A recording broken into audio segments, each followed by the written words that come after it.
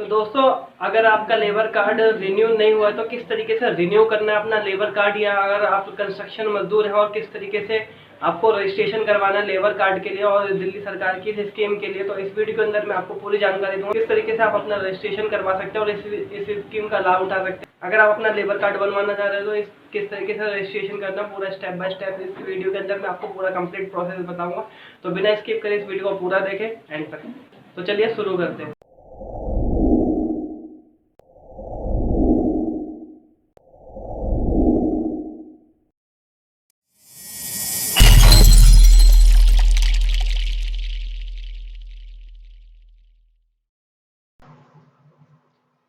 तो दोस्तों, सबसे पहले हमें ई डिस्ट्रिक्ट की ऑफिशियल वेबसाइट खोल लेनी है, जो दिल्ली गवर्नमेंट की ऑफिशियल वेबसाइट है e-district.delhi.gov.in, जिसका लिंक मैं डिस्क्रिप्शन में दे दे रहा हूँ। आप इस वेबसाइट को अपने कंप्यूटर या मोबाइल फ़ोन में खोल लें। ओपन करने के बाद होम पेज खुलेगा। इस तरीके का होम पेज खुल जाएगा। इसमें लिखा है न्यू यूज़र, इस पे हमें क्लिक करना है। न्यू यूज़र पे क्लिक करने के बाद सबसे पहले डॉक्यूमेंट सेलेक्ट कर लेना, आधार कार्ड या पहचान पत्र, और उसके बाद यहाँ पे अपने डॉक्यूमेंट का नंबर डाल देना। तो आधार कार्ड का नंबर मैंने सेलेक्ट कर लिया और आधार कार्ड का नंबर डाल दे रहा हूँ। उसके बाद यहाँ पर कैपिटल जो कैप्चा कोड डाला हुआ है, जो कोड लिखा हुआ है, उसी तरह का बिल्कुल सेम कोड डाल देना है और ये चेक बॉक्स में टिक लगा के सबमिट कर देना है।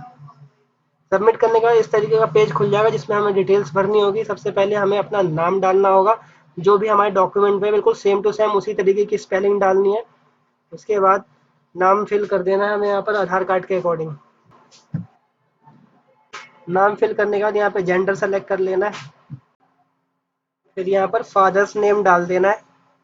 अगर आप मैरिड हैं, अगर फीमेल मैरिड है तो भी फादर्स नेम ही डलेगा, चाहे मेल हो चाहे फीमेल हो, सभी का फादर्स नेम डलेगा। और यहाँ नीचे वाले बॉक्स में मदर्स नेम डलेगा।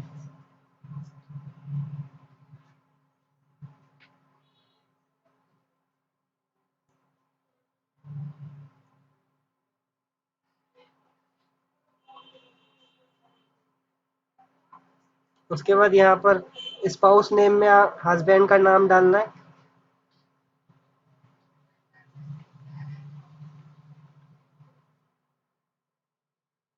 उसके बाद हमें यहाँ पर डेट ऑफ बर्थ डाल देनी है।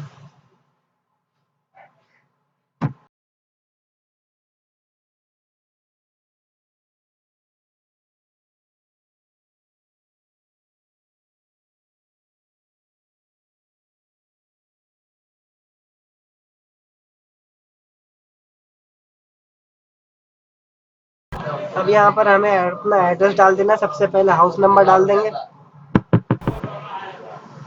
यहाँ पर अपना कंप्लीट एड्रेस डाल देना, हाउस नंबर, फिर स्ट्रीट का नंबर डाल देना है, गली का नंबर जो भी है आपका, और ब्लॉक भी इसी में सेलेक्ट कर देना है।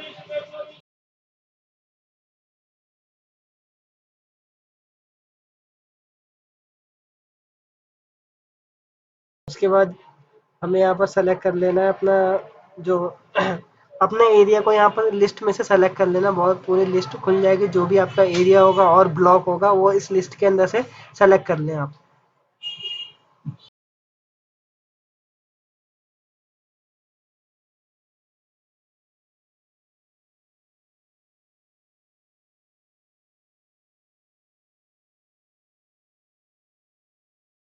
यहाँ पर आपको अपने एरिया का पिन कोड डाल देना है। पिन कोड डालने के बाद नीचे वाला बॉक्स आ जाएगा। इसके अंदर हमें अगर परमानेंट एड्रेस सेम है तो यस कर देना है, अगर अलग है तो नो कर देना और अपना परमानेंट एड्रेस डाल देना है। उसके बाद हमें यहाँ पर अपना मोबाइल नंबर डाल देना। मोबाइल नंबर वही डालें जो एक्टिवेट हो और आपके पास हो, क्योंकि इस पर ओटीपी आएंगे और वेरिफिकेशन कोड और पासवर्ड आएगा। तो अपना मोबाइल नंबर डाल देना है इस पर।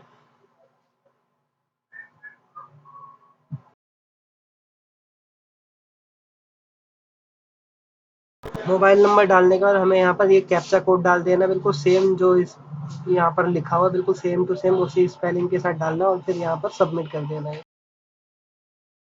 जो हमने फ़ोन नंबर डाला है उस पर ये एक्सेस कोड और पासवर्ड आ जाएगा, तो उसमें से देखकर हमें सेम टू सेम वैसे ही एक्सेस कोड और पासवर्ड इस बॉक्स दोनों बॉक्स के अंदर हमें यहाँ पर सबमिट कर देना है।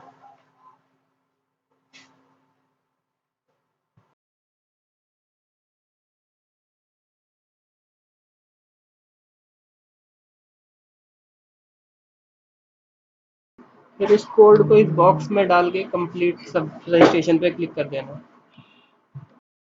उसके बाद हमारे पास यूज़र आईडी आ जाएगा, उसका हमें प्रिंट आउट ले लेना है और यही यूज़र आईडी और पासवर्ड हमारे मोबाइल फ़ोन पर आ जाएगा। तो पासवर्ड को हमें सेव कर लेना है, एक जगह लिख के रख लेना है। तो दोस्तों हमें अपने कंप्यूटर या मोबाइल फ़ोन के अंदर ई डिस्ट्रिक्ट खोलना है, ई डिस्ट्रिक्ट की ऑफिशियल वेबसाइट। जैसे ही हम ई डिस्ट्रिक्ट टाइप करेंगे, सबसे पहला वाला ऑप्शन आ जाएगा। ये ऑफिशियल वेबसाइट है e district dot Delhi government dot NIC dot in. इस वाले होम पे हमें क्लिक कर देना है। जैसे हम क्लिक करेंगे, इस तरीके का होम पेज खुल जाएगा, जिसके अंदर हमें यहाँ पर आना रजिस्टर यूजर लॉगिन, क्योंकि हमने यूजर आईडी और पासवर्ड बना दिया है। किस तरीके से बनता है वो आपने देख लिया है। तो जो हमने यूजर आईडी और पासवर्ड बनाया उसी के उसका यूज करके हम यहाँ पर लॉगिन करेंगे।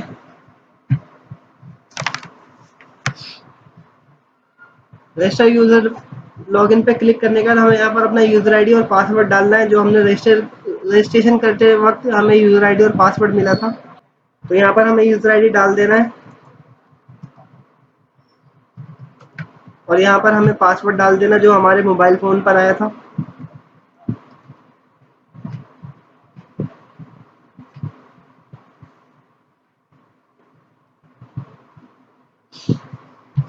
उसके बाद यहाँ पर ये कैप्चा कोड डाल देना, जो बिल्कुल सेम टू सेम डालना है।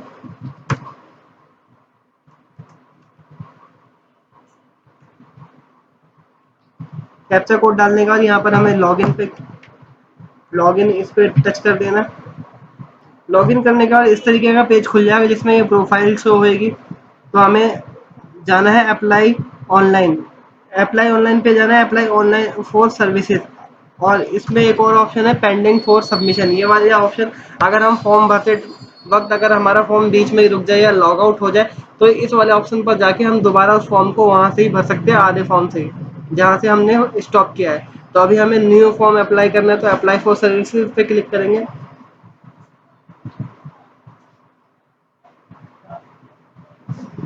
अप्लाई फॉर सर्विसेज पे क्लिक करने के बाद ये सारी लिस्ट खुल जाएगी ए डिस्ट्रिक्ट के थ्रू जो जो हम अप्लाई कर सकते हैं। तो आज हम लेबर कार्ड के लिए अप्लाई करना सीखेंगे।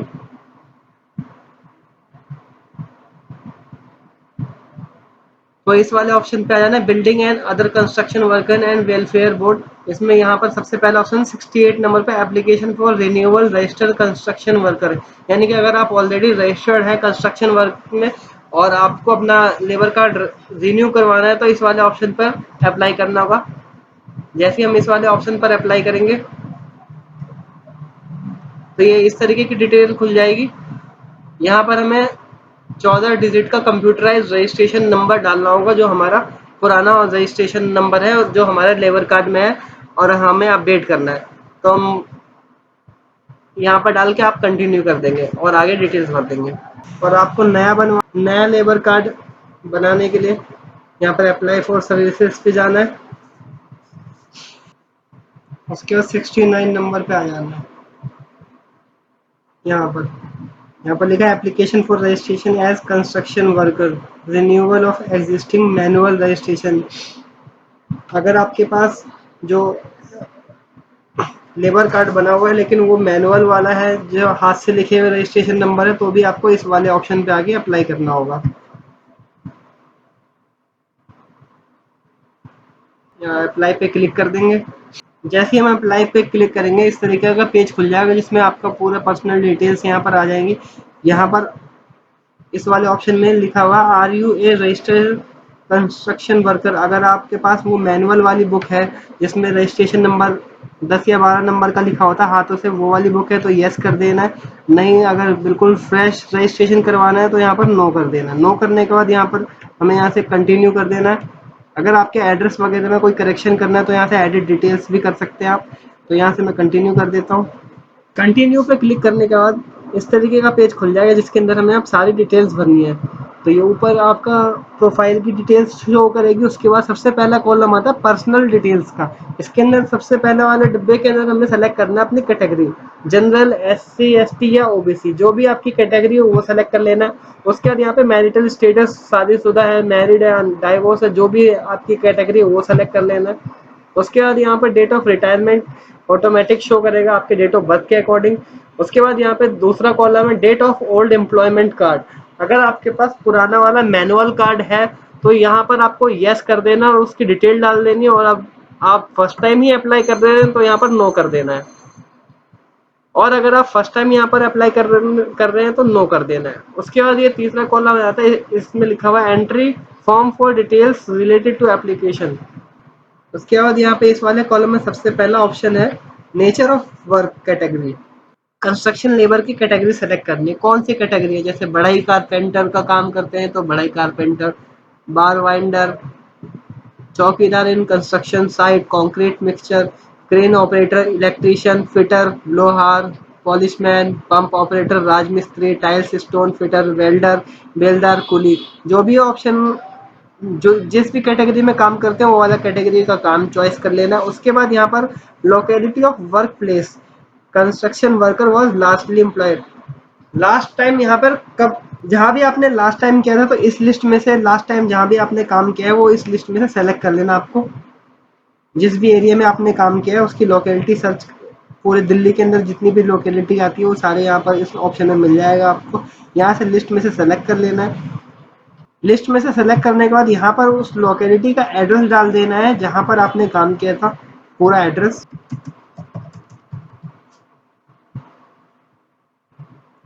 एड्रेस भरने के बाद यहाँ पर आपको नेम ऑफ द एम्प्लॉयर और कॉन्ट्रैक्टर यानी कि कंपनी का नाम या फिर जो कॉन्ट्रैक्टर है उनका नाम डाल देना है आपको यहाँ पर, जिसके साथ भी आपने ये पिछले जिसके साथ भी आपने यहाँ पर काम करा है लास्ट ईयर में। उसके बाद यहाँ पर इस वाले कॉलम में एक साल के अंदर आपने कितने दिन काम किया है, total number of days work as construction worker with last employer contractor, यानी कि आपने जो भी जिस भी कॉन्ट्रैक्टर के साथ लास्ट टाइम काम किया है तो कितने दिन काम किया है एक साल के अंदर, वो बताना है आपको। यहाँ पर एक साल में जितने दिन भी काम किया है वो काम के दिन डाल देना है, और उसके बाद यहाँ पर आपको एम्प्लॉयर या कॉन्ट्रैक्टर का एड्रेस डाल देना। ये कंपलसरी बॉक्स नहीं है, अगर आपको पता नहीं है तो ये ब्लैंक छोड़ सकते हैं। उसके बाद यहाँ पर mobile number of contractor employer, यहाँ पर आपको मोबाइल नंबर डालना है, ये कंपलसरी है, तो अपने कॉन्ट्रैक्टर का या ठेकेदार का मोबाइल नंबर यहाँ पर डाल दें। और उसके बाद नेचर ऑफ वर्क प्लेस, इस वाले बॉक्स में जिस भी जगह आपने काम किया है वो किस तरीके की बिल्डिंग थी, रेसिडेंशियल बिल्डिंग थी, maintenance work, institution building, government project, factory building, तो जो भी जिस तरीके का भी काम होगा वो ये डिटेल्स फिल करने के बाद अब इस वाले कॉलम के अंदर बैंक अकाउंट की डिटेल डालनी है। तो यहाँ पर बैंक अकाउंट की डिटेल वही अकाउंट की डिटेल डालें जो आपके आधार कार्ड से लिंक हो। उसके बाद यहाँ पर MICR कोड डाल देना है। MICR कोड आपकी पासबुक पे मिल जाएगा, अगर ना दिखे तो आप इंटरनेट से अपने ब्रांच का नाम डालकर MICR कोड सर्च कर सकते हैं। MICR कोड जैसे हम डालेंगे यहाँ पर IFSC कोड और ब्रांच की डिटेल्स ऑटोमेटिक आ जाएगी। MICR कोड डालने के बाद ब्रांच की डिटेल्स आ जाएगी, ब्रांच की डिटेल्स आ जाएगी यहाँ पे, IFSC कोड और एड्रेस ऑटोमेटिक आ जाएगा। उसके बाद आपको नीचे वाले कॉलम भरना है। नीचे वाले कॉलम में details of register union worker, अगर आप किसी यूनियन वर्किंग कंस्ट्रक्शन सेक्टर से रजिस्टर्ड है तो यस करना है, अगर नहीं है तो नो कर देना है। उसके बाद ये चौथा कॉलम है details of membership with other state, अगर आप किसी दूसरे राज्य में रजिस्टर्ड कंस्ट्रक्शन वर्कर के हैं तो यस करना है, अगर नहीं रजिस्टर्ड है तो नो कर देना है। उसके बाद इस कॉलम के अंदर हमें अपने family member, details of family member of the applicant, तो यहाँ पर हमें डिटेल्स डालनी फैमिली मेंबर की। सबसे पहले यहाँ पर हमें आधार नंबर डाल देना है, जिस भी फैमिली मेंबर को यहाँ पर ऐड करना है उनका आधार नंबर डाल देना है। और इस कॉलम के अंदर जो भी डिटेल्स भरेंगे हम बिल्कुल आधार कार्ड के अकॉर्डिंग बिल्कुल सेम टू सेम स्पेलिंग होनी चाहिए, स्पेलिंग बिल्कुल भी अलग नहीं होनी चाहिए। अगर स्पेलिंग अलग होगी तो आपकी एप्लीकेशन एक्सेप्ट नहीं होगी। आधार कार्ड अप टू डेट होना चाहिए जिसमें डेट ऑफ बर्थ कंप्लीट लिखी होनी चाहिए। सबसे पहले आधार नंबर डाल देंगे, उसके बाद यहाँ पर फैमिली मेंबर का नाम डाल देंगे।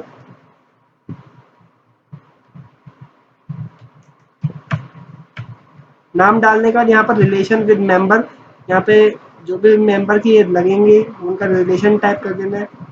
वाइफ है तो वाइफ। उसके बाद यहाँ पर डिटेल्स डाल देनी है, यहाँ पर डेट ऑफ बर्थ सेलेक्ट कर लेनी मेंबर की। यहाँ से ईयर सेलेक्ट करना है, कौन से सन में।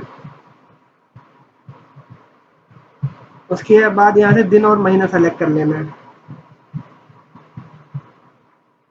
उसके बाद यहाँ से मेल फीमेल सेलेक्ट करने के बाद photo of the family member, यहाँ पर फोटो भी अपलोड करनी पड़ेगी जिस भी मेंबर की यहाँ पर डिटेल डालेंगे। पासपोर्ट साइज फोटो स्कैन करके, और उसका जो फाइल साइज होना चाहिए वो 50 KB या उससे कम का होना चाहिए जेपीजी में। तो ये फाइल मैंने स्कैन करके 50 KB की फाइल अपने डेस्कटॉप पे सेव कर ली थी, तो मैंने यहाँ से सेलेक्ट करके यहाँ पे अपलोड कर दिया। उसके बाद दूसरे फैमिली मेंबर एक और जोड़ना हो तो यहाँ पर इस ऐड रो के निशान पे आपको टच करना है, और यहाँ पर आपको फिर से उसी तरीके से आधार नंबर डाल के और नाम की स्पेलिंग बिल्कुल करेक्ट आधार कार्ड के अकॉर्डिंग डालना होगा।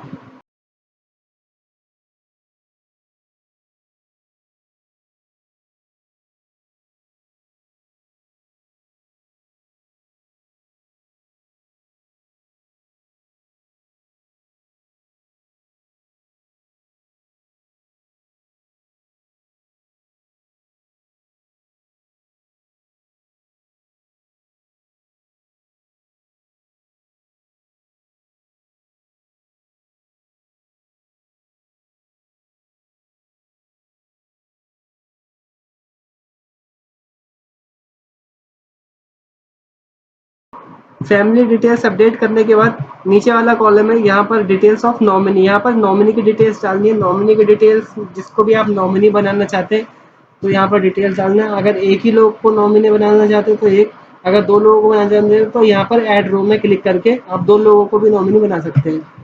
तो यहाँ पर मैं नॉमिनी की डिटेल्स डाल दे रहा हूँ। आधार नंबर डाल देना है। जैसे हम आधार नंबर डाल देंगे ऊपर इस फैमिली मेंबर में से जो डिटेल्स होगी ऑटोमेटिक यहाँ पर अपडेट हो जाएगी। उसके बाद यहाँ से एड्रेस डाल देना है। एड्रेस वही यहाँ पर एड्रेस डाल देना है।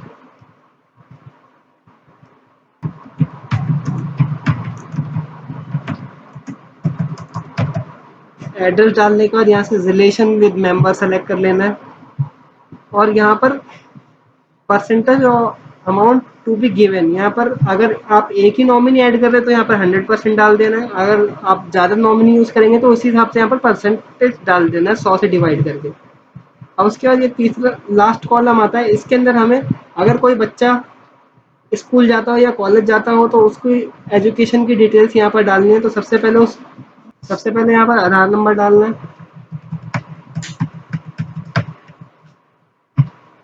जैसे हम आधार नंबर डालेंगे, अगर इसी कॉलम में से हमने डाला है तो यहाँ से ऑटोमेटिक डिटेल्स आ जाएगी। उसके बाद यहाँ पे क्लास सेलेक्ट कर लेना, कौन से क्लास में।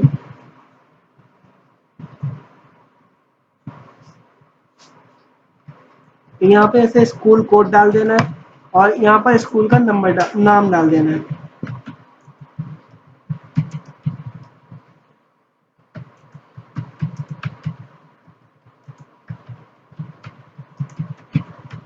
और यहाँ पर स्कूल का पूरा एड्रेस डाल देना है आपको।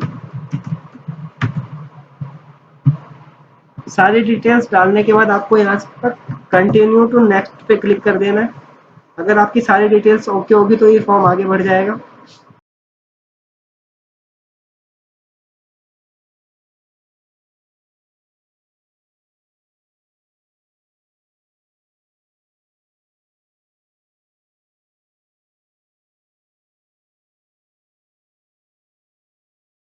इसमें सबसे पहला ऑप्शन होगा सेल्फ डिक्लेरेशन।